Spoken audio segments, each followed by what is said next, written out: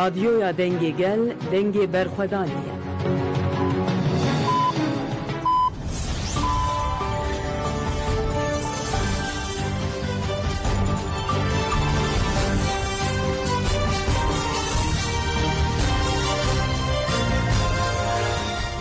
جنابندان اوچیانا رادیو دنگه گلدن باشگودارن هجایی رو 29 نیسان 2025 سهشنبه بروکسل ساعت 13 لامده 14 امن اوچین دنوار اوجه پیشکش بکن دست بکچر سر اوچین من پاریزران جبو دیتنا ریبرا پو سرلیدان کرن EPG tekildari erişen ateşa tırkadagi kerda xuyan yekdan koordinasyona paşke bida xuyaneke şehadeta pelin zozan ragihan Jibu tevlibuna yeke gulane bank katın kirin.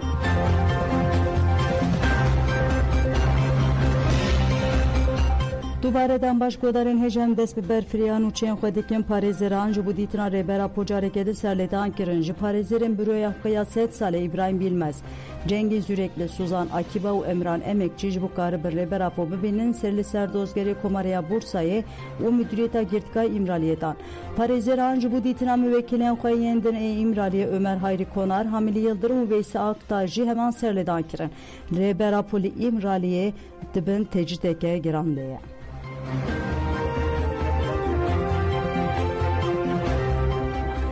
Navendara Agehandun û çepemeniya HPG tekildar êrişên artêşa Tirka dagir ker daxuyaniyek weşand agahiyên derbarê êrişên artêşa Tirk û destwerdana hêzengirlayên ji bo parastinê û hane 26 Nîsanê li Herêmê Şehîd Delîl a Rojavayê Zapê qada berxwedana ya girê biharê 27 Nîsanê qada berxwedana ya girê biharê bi balafirê şer hatiye bombebaran kirin di navbera 26, 27 û 28 Nîsanê jî li Xakurkê qadên berxwedanê yên berê Zînê û Loranê 8 caran li garê qadên girê Kun û Mijê 43 caran li Metînayê Beşîlî Şelazê û Serê Metîna 409 caran li Herêma Şehîd Delîl a Rojavayê Zapê jî qadên berxwedanê yên girê Amediyê û Buharê 205 caran bi giştî 746 caran bi çekên giran top û busan hatiye bombebaran kirin Girleyên Azadiya Kurdistanê li Herêma Şehîd Delîl a Rojavayê Zapê dest li van êrişan werdan 26 Nîsanê dagirkerên ku hewdan êrişî tünelên şer ên li qada berxwedana ya girê bihar bikin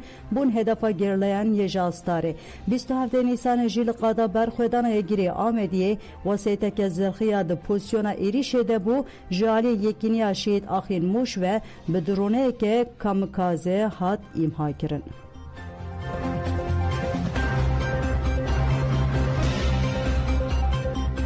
Koordinasyona Partiya Azadiya Jinên Kurdistanê paşkê bi daxuyaneke şehadeta yek jî pêşengên têkoşîna Azadiya Jinê Pelîn Zozan ragihan Paşk pêşî dibêje têkoşîna me ya Azadiya Jinê bi saya milîtaniya bêhampa ya jinên xwe yedî xwe ya yadî azadiyê jinê û gelê xwe kirine xwe gihandin roja me Zilan Beritan û Sara ev heta azadiyê afirandin hevriyên me yên şehîd bûn şoptarên wan û ta bi ta meşa bi heybet a azadiyê hunandin ji bo ev xet bikeve merîtiyê û bibe malê tevaya jinan bi Ütopya cihaneke azad têkoşiyan Koordinasyona paşkeyê wiha dewam dike yek ji wan jinan jî hevriya me Pelîn Zozan bû 27 Çilya 2025 li herêmên parastinê yên medyayê de êrişeke dijwar de şehîd bû Nasnameya Şehîd Pelîn wiha ye Pelîn Yılmaz bi nasnav Pelîn Zozan navê dayîk Muhsîne navê bav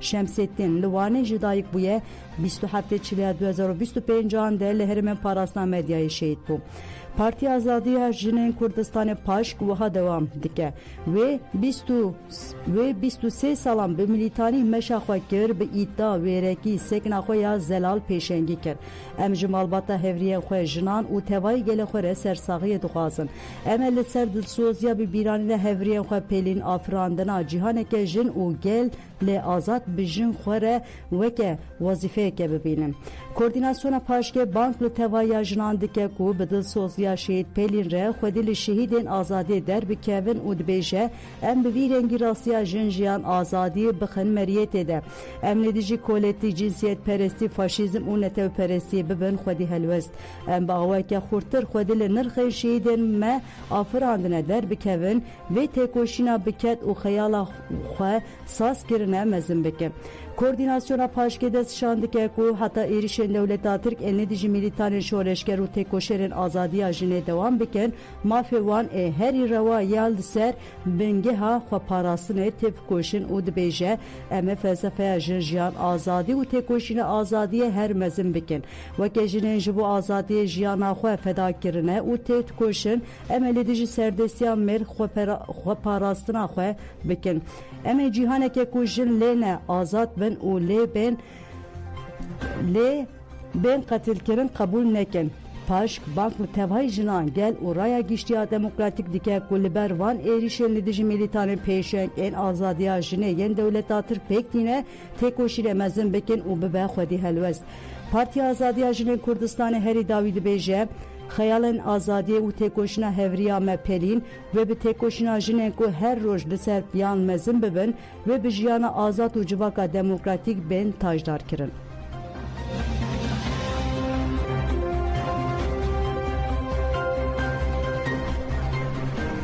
Şehit Pelin Zozan 23 salan têkoşîneke tîr û tîjê kir. 23 mijdara 1981 li Wanê ji dayîk dibe.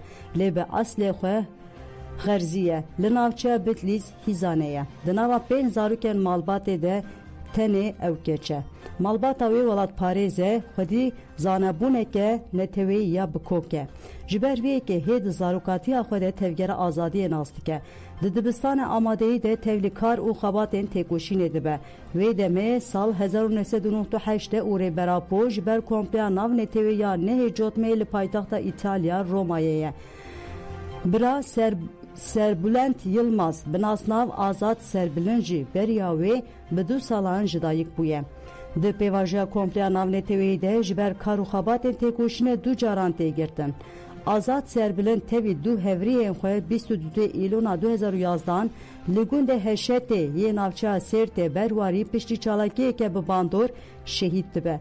Piştî dibistana amadeyî diqedîne tevlî kar û xebatên ciwanên şoreşger dibe. Pêşî ew berê xwe dide çiyayên Kurdistanê û navê Zozanên bê serûber ên Kurdistanê li navê xwe zêde dike. Paşê birayê wê şehîd Azad 2022 an dibe gerîlayeke. Serhildêrî û sekna jinê ya di nava PKK de bandorê lê dike. Ji ber vê yekê li nav refên têkoşîna azadiyê dibe pêşengeke têkoşîna jinê. Bi salan kar û xebata xwe ji bo azadiyê jinan dike. Hema bêje li her qada têkoşînê vê xebatê dimeşîne. Li zindanên dewleta Tirk dilgîr dîmîne. Piştî kar û xebateke serkeftî dibe endama konserê ve bera komelên jinên Kurdistanê. Bi vî rengî pêşengiyê jî têkoşîna civakiya azadiya jinê lê dike. Ji bo civakîkirina îdeolojiya rizgariya jinê xebateke canbaxşane dike. Ew bi zanebûn, rêxistinbûyîn û keda xwe dibe militaneke mînak û kadroyeke pêşeng a paşkê. Bi kesiyetê xwe ya wêrek û xurt li her qadê bi erkên şoreşkerî tev digere û ti caran ji sekna xwe tawîzan nade. Tevayî erkên xwe bi awayeke serkeftî û encamgir pêk tîne. Bi çanda xwe ya rêxistinê sekna xwe ya şaraze û xwedî dîsîplîn ji bo tevayî hevriyên xwe dibe mînakek. Bi vê têkoşîna xwe ya pêhampa xwedî wê armanc û xeyalê ye ku rêber Apo azadiya Kurdistanê û cîhaneke jin lê azadin bibîne. Heta şehadeta xwe jî xwedî vê armancê tê dikoşe.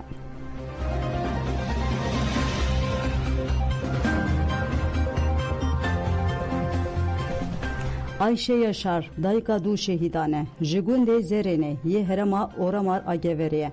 Ji ber welatparêziyê malbat her tim di hedefa dewleta Tirk de ye. Bira, keçik û kurek jî di nav de 11 xizmên wî şehîdin. Birayê wê Ferhat sala 1994 tê qetil kirin. Keça wê Sıdıka Yaşar jî 1996 di nava refên PKK de şehîd dibe. Ji ber zextên cerdevaniyê malbata Yaşar Koçî bajareke Şelazê ya başûr dike. Piştî 3 salan dîsa vedigere geverê. Lê zextên li ser malbatê bidawî nabin. Kurê wê İkbal di Nevroza 2008 de jaliyê polîsan ve tê qetil kirin. Dayika Ayşe piştgiriyê dide banga rêberapoya Ayştî û civaka demokratîk. Dibêje em ji serokê xwe bawerin. Divê dewlet jî samîmî be ji bo çareseriyê gav bavêje.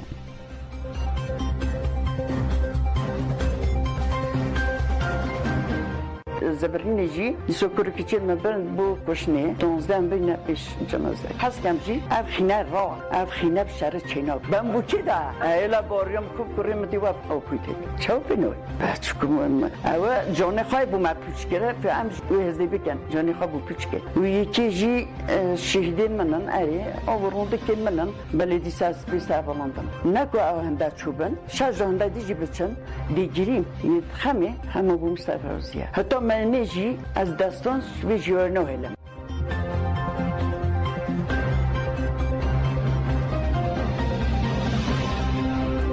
Gülistan Kılıç Koçyiğit Gut daxwaza meseleke azadiya fizikiya Brez Öcalana Ali Kare Seruke Komadan Parti Gülistan Kılıç Koçyiğit li meclise tekilleri geçirdanin droje ve daxevi Koçyiğit daxaftına qada balkşan servan xalan ve yekitiyane teve ya kurdan bu demokratik buna hemu volaten ruşlatan avin bandoreke mezin bike Gülistan Kılıç Koçyiğit berdoma axaftına qada u had beje Dibêjin ji bo pêkarîna Kongreya PKK pirsgirêk nîne lê operasyon bombardman dewam dike PKK dibêje tenê Brez Öcalan dikare Kongreyê bicivîne û birêve bibe ji bo Kongre bicive divê mekanîzma bilez û bes pêkbên lê em diyaloga di navbera Brez Öcalan û PKK û pêwîrdaran de nabînin daxwaza me ev hek û mercên asayî bi taybetî mercên kar û xebatên Brez Abdullah Öcalan werin başkirin divê tecîta li Îmraliyê bilez û bes werê rakirin divê şert û mercên xebatê yên Brez Öcalan bê başkirin ku bikare xwe bigihîne agahî û belgeyan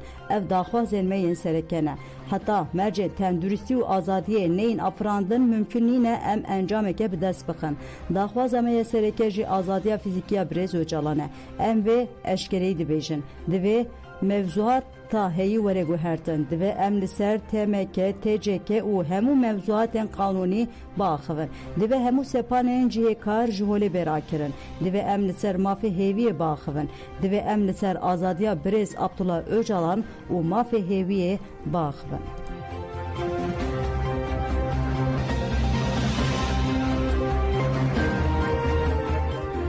Sultan Özcan Gut, mafê hêviyê mafeke gerdûniye û divê demil dest bike ve pratikê de. Hevseruka HDP Sultan Özcan li ser giringiya Banka Aşçı û Civaka Demokratîk a Rêberapo ji jin hayê raxivî. Sultan Özcan dibêje em dizanin ku piştgiriya hevbeş a siyasetmedarên ku dixwazin jiyaneke demokratîk bi rêxistin bikin, destê demokratîk rêxistinên jinan û ekolojîk di pêvajiyê de şertê bingehîne. Banka Rêzdar Abdullah Öcalan ne tenê ji bo Kurdan bu Türkiye û tevaya ruşlata navîn jî firsendeke dîrokiye aştiya rastîn dê rê li ber civakeke demokratîk veke ji bo civakeke demokratîk jî divê jin di avakirina aştiyê de bibin kirde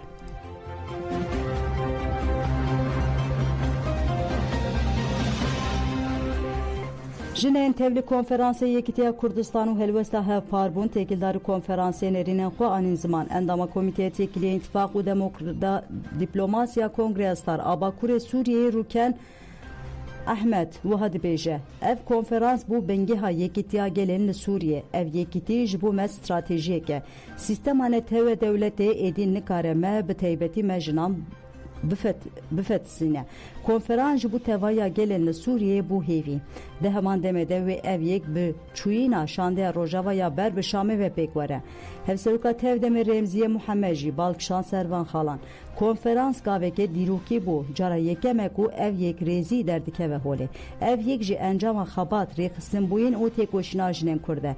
Çawa ku bi têkoşîn û berxwedana jinên Kurd li Rojava şoreş hate pêkanîn dîsa wê biket û destkeftiyên jinan yekîtî pêk were û serkeftin tajdar bibe.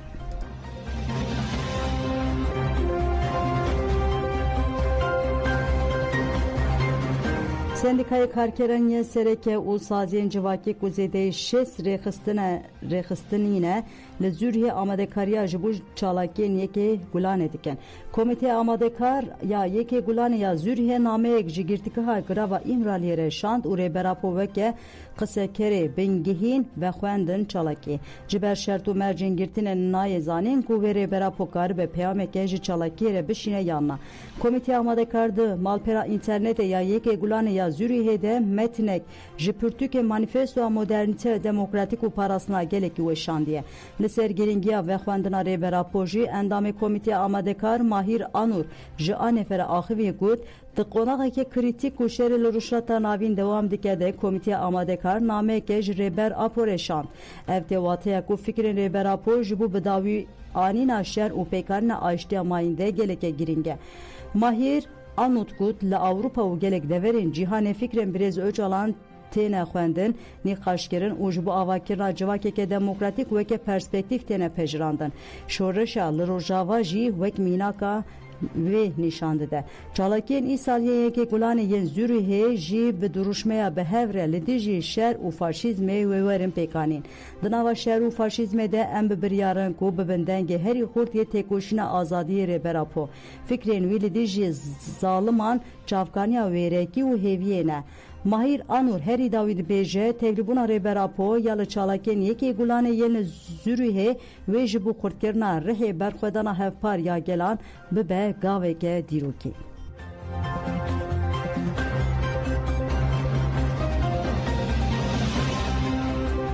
Belgodanên hêja ber bi yekê gulanê ve daxuyaniyê ji tên dayên banga beşdariya ji bo yekê gulanê KCDK yekê gulanê ji bo azadiya fîzîkiya rêbera xwe em seferber bibin. Kongreya Civakên Demokratîk a Kurdistanê li Awropayê KCDK bi daxuyaniyekê yekê gulanê cejna karkerên cîhanê pîroz kir. KCDK diyar kir ku yekê gulanê hêviya de bide bindestane roja têkoşina dijî ketxwarî nijadperestî ye. KCDK got ku îsal yekê gulanê di demeke ku li rûşata navîn û cîhanê de şer heye rejîmên otorîter zexteke giran li ser gelan dimeşînin tê pîrozkirin. Yekê gulanê sembola têkoşina bindestane û em ê bi banga aştî û civaka demokratîk ya rêbera Po derkevin qadan. Çareseriya pirsgirêka Kurd kilîda demokratîkbûna Tirkiye û herêmê ye. Polîtikên şer yên Tirkiye çavkaniyên karker û ketkaran ya gelan tune dike. Ji ber vê rastiyê çareserî di têkoşîna yekbûyî û azadîxwaziyê de. KCDK'ye got di çalakên yekê gulanê de li Awropa, Avustralya û Kanadayê wê bibin daxwaza azadiya fîzîkiya rêbera Po. Di her kesî rihê seferberiyê tevlî pîrozbahiyê yekê gulanê bibe.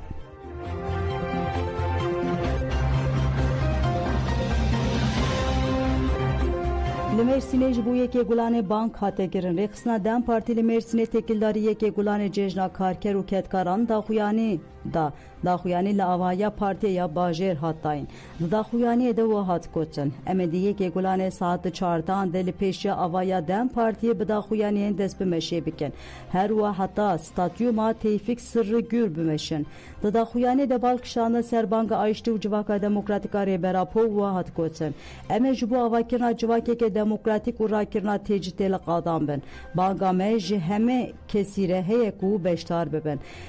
SKP Mêrsînê jî bi heman boneyê li avahiya xwe daxuyanî da û banga tevlîbûnê kir. Di vê naberê de li bajarên Eskişehir, Hatay û Edenê jî daxuyanî hatin dayîn û banga beşdariyên li hemû kesî hate kirin.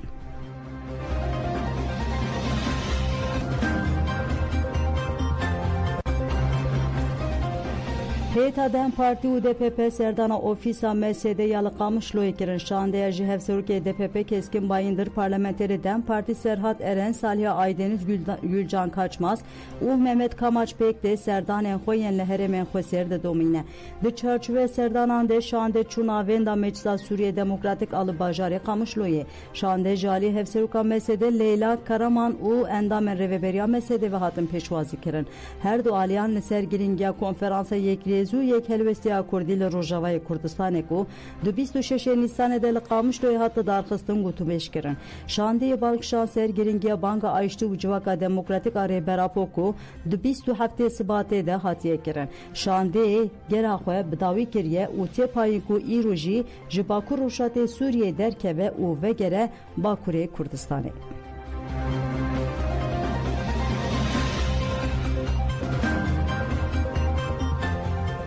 Li bestayê dibin kontrola leşkeran û bi destê cerdevanan dar tên birîn. Demeke dirêjê li herêma bestayê ya Şirnexê bi destê cerdevanan dar tên birîn. Niha ji cerdevanan jî sêgirkê û bajarokê gundikmelê dibin noxteya xerîbkê bestê ya herêma Bestayê de darên li herêmê dibirin. Darên tên birîn jî li traktoran tên barkirin û li qadekî mezin tê komkirin. Birîna daran a li herêmê dibin çavdêriya du quleyên leşkeriyên cuda de têkirin. Koçerên li herêmê diyar kirin ku darên tên birîn jî darên berûyê ne û bi sedan sal emrê wan heye. Koçeran got cerdevan li herêmên Kemaloxa, Girêsîvê û Kurtaxanê yên herêma Bestayê li qadeke berfire daran dibirin 4 salin ku li herêmê Şirnexê dar têne birîn li birîna daran lêgerîna madenan jî têkirin û texrîbateke mezin têkirin. Ji ber birîna daran em nikarin pezê xwe jî biçêrînin.